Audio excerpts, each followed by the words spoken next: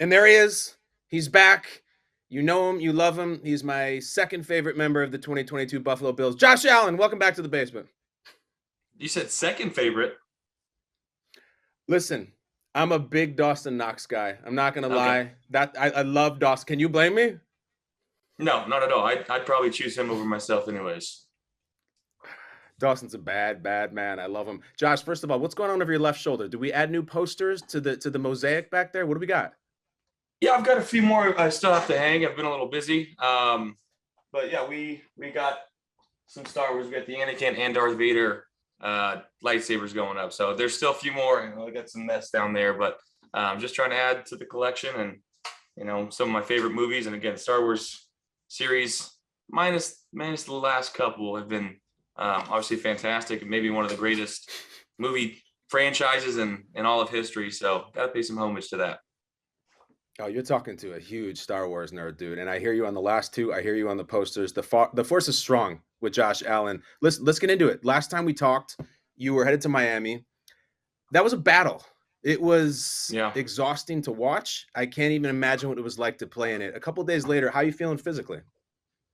Physically, I'm fine. I'm still pretty sore. I mean, playing in that heat and that humidity, it got to a lot of our guys. I mean, you saw throughout the game, injuries, guys getting out, started piling up. I'm really proud of how our guys battled and played and fought through some of their injuries. I mean, we had one guy playing on a torn ACL, and we're again, I can't thank those guys enough for pushing themselves to the limit.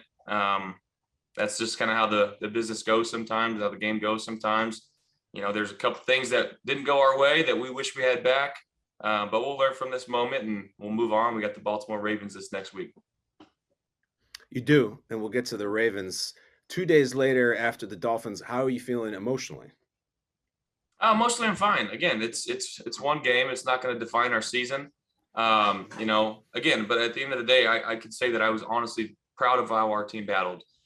Given the circumstances that everything was going on, we never let go. Our defense played an outstanding game. Obviously, offensively, we wish we had a couple, myself included. I wish I had a couple of plays back that could have changed the outcome of the game. But again, that's why we play. We'll use this as an advantage and learn from it. And but that was last week, and again, we're completely focused on Baltimore Ravens now, playing against a really good Ravens squad with Lamar Jackson, who's playing some of the best football in the league right now. They're scary on offense. They got some playmakers on defense that we got to be prepared for and start diving into them today and tomorrow and try to put our best foot forward going forward. I hear you. I respect it, and this is where I'm going to use Star Wars as a tool. As you know, Josh, the movies 4, 5, 6 came out, and then they went back and did 1, 2, and 3. So I'm going to stick with the Dolphins for a minute, and I think you think it'll be good. I did. You and I talked last week about Tua and how you're like, he's a rival quarterback and everything, and you don't want to love him, but I have so much respect for him. And I think it was really cool that you said that. After the chaos at the end of the game, you guys found each other. What was that moment like? Yeah, again, he came up to me after the game. I go to seek out every quarterback after every game, win or lose, just to pay respect and say what's up and say good game and to stay healthy. And but he leaned into me and I leaned into him, and we exchanged some words of just how much admiration and respect that we have for each other. And I really respect him for coming up and saying some of the things that he did. You can tell by my body language and my face, I was pretty gassed after that game. I was just kind of like a lot of emotion, but again, a lot of just physically, just the heat and the exhaustion. We had 93 plays on offense, which is unbelievable. I mean, that's so many plays. And again, we lost the game. It is what it is. But at the end of the day, we're grown men playing football and trying to do the best that we can for our respective teams. And that's how the game plays out sometimes. But again, I got so much respect for him. Yeah, I do too. I think it's really cool that you say that. You mentioned the 93 plays. As best as you can, walk me through play number 93. Yeah. Second and long, no timeouts. Just trying to make something happen and throwing something in the middle to Isaiah McKenzie. Obviously, we needed a field goal to win the game there. He's trying to get out of bounds. He did everything in his power. Situationally, and I take this upon myself. We weren't where we were supposed to be in that game, and I'm thankful that it happened week 3 of the season, so we can learn from it and move on and have a better plan moving forward. But again, every game, every situation is different, and you got to figure out the flow of the game and understand what's going on. But it'll help us. But yeah, that Isaiah's trying to get out of bounds. We try to get the snap off. Unfortunately, just ran out of time. But that'll help us moving forward. So the game ends. It'll help you moving forward. You get the Dolphins again. You see Tua. You leave the field. At what point after the game, or even when you got home, did you first see the Ken Dorsey reaction video? No, we saw it on the bus ride going to the airport. He's the one that showed it to me, and really, everybody's going crazy about it. Man, I can't tell you, our guys freaking love seeing that, and that's not him being mad that we lost. That's not him being angry that we didn't perform the way he was. He was so upset because, and this is from his mouth, like, he loves us and he appreciates us so much for putting everything that we had online, 93 plays and 105, 110. That's what it felt like on the field. He was so upset that we felt the way we felt. And as a player, looking at your offensive coordinator, having that much emotion and care for the game, and he prepares so hard that he wants to win. He wants to do everything in his power to win. And guys see that and they truly believe, like, that's a great sign from an offensive coordinator, someone that cares so much about, one, his players, two, the game plan that he's putting in. He shows so much pride in everything that he does. So I know people might be making a big deal out of it, but as players, we freaking love seeing that. And it says a lot that he came up and showed it to you. Take me through that. How does that even work? He taps you on the shoulder and says, "Josh, check this out." And he shows it to you on his phone. Yeah, I'm rocking on the bus. I'm slightly sore. I'm sitting down. He's like, "Hey, did you see after the game?" And I was like, "No, I didn't." He like leaned over and showed me his phone. He's like, "Well, I probably shouldn't have done that," but he is a fiery competitor, man. And when you've got someone, again, that's one thing in this game, right? It's something that pushes us, the fear of losing. We do not want to lose, and when you lose, it should make you feel a certain way.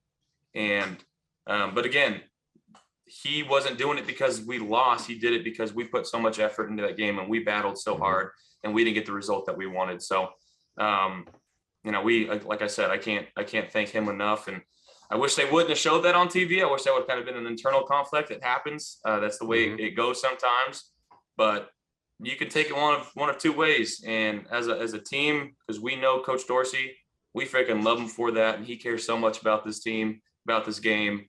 And that's in everybody in our locker room's eyes, that's a positive thing for us. For you guys, it's not about meme, it's about team. And that's it was a pretty powerful moment that you can rally behind. All right, last question. You said fiery. You're fiery yourself. At one point during the game, Josh, you're getting up from the pile and you are pissed and you get a flag for it. What happened? I think anybody with two eyes can understand what was going on under that pile. Obviously, I let the emotions get to the best of me, but there are some things that I didn't appreciate down there that was going on, and we'll let everybody make their own judgments for that. I apologize to my team for putting ourselves in a tougher situation, but it is what it is, and we'll move on. I know I'm going to probably get a fine for that, but I hope they kind of look at some other stuff too. There's a lot of other stuff. The player in question said after the game, quote, "With alpha males, that's how it goes." Do alpha males grab each other's groins on the football field? Not typically, and that's, it is what it is. He's a competitor, and that's just kind of he's been known for that, going back to college. So I should know that and shouldn't let it get the best of me, but sometimes like it just does. Sometimes you see red and things like that happen. But I'm not here to make any claims or throw anybody under the bus. It is what it is. I shouldn't let the emotions get to the best of me. Josh, Bills at Ravens. You and Lamar, same draft class. What's your relationship with him? I freaking love Lamar. I have so much admiration, respect for him. Obviously, that's my dog right here too. This is Sky. Oh, what's the dog's name? This is Sky. She's a silver lab. She's going crazy right now. She's the best though.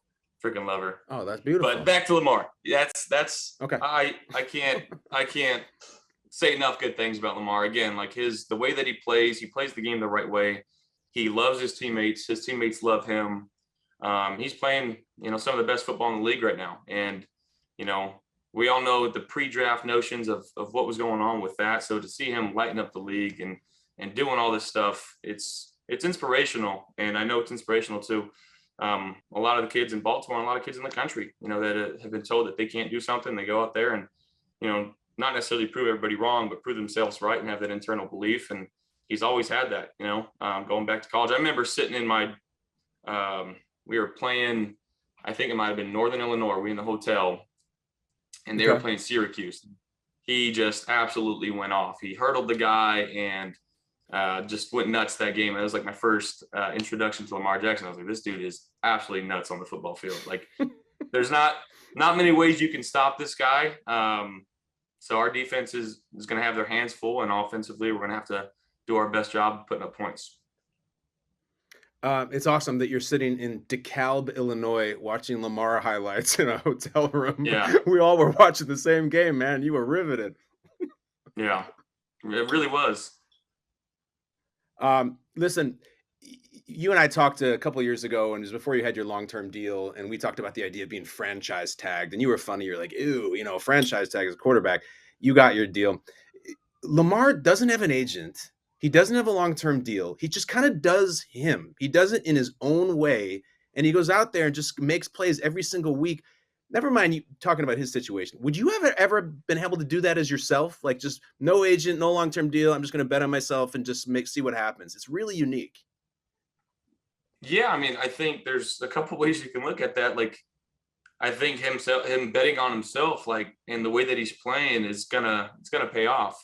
And again, there's that internal belief that he thinks that things are going to work out and he's going to stay the course. And the fact that it doesn't have a deal is kind of crazy. But I'm sure there's one coming soon. And if it's not with them, it's going to be with somebody else. He's that special of a player, and he shows it on the football field week in and week out. But yeah, I don't know if I could have done it. So, props and kudos to him, and, hopefully it does get done. I think everybody really in the league and outside the league is pulling for him for that to get done, because again, I think he deserves every penny that he's going to get. I can't speak for myself, but I imagine sometimes getting that long-term contract might be like, getting freedom from like a prison that you've been in for a long time. Josh, we have to get to the 22 Josh Allen Film Festival. This is the last question of the day. We've been through this now for a few weeks. If you haven't watched, how dare you? Josh initially watched the film Heat with Al Pacino and Robert De Niro. He gave it a B. He watched National Lampoon's Vacation. He gave it an A-. And this past week, we talked about The Shawshank Redemption, 1994. Josh, did you watch it? I did, and it was fantastic. Like I've seen enough Family Guy to get some of the references of Shawshank Redemption, right? I knew the gist of it, but the story itself was so crazy. And like, no spoilers here, but like when Tommy went outside and talked to the warden and they shot him, like that twist was that, one blew my mind, because Dufresne put so much work into Tommy and sent all of his stuff in, and he ended up passing his, like, that itself was so sad. And then the wherewithal for him to kind of, like, again, the plot was awesome. And then Morgan Freeman at the end get down there to Tio. I can't even say it. What is it? Zihuatanejo, which is also, like, I've been watching Last Man on Earth, and they ended up in Zihuatanejo, which is also a great show. But yeah, the movie was fantastic. That's a solid A for me. Like no minus, no plus.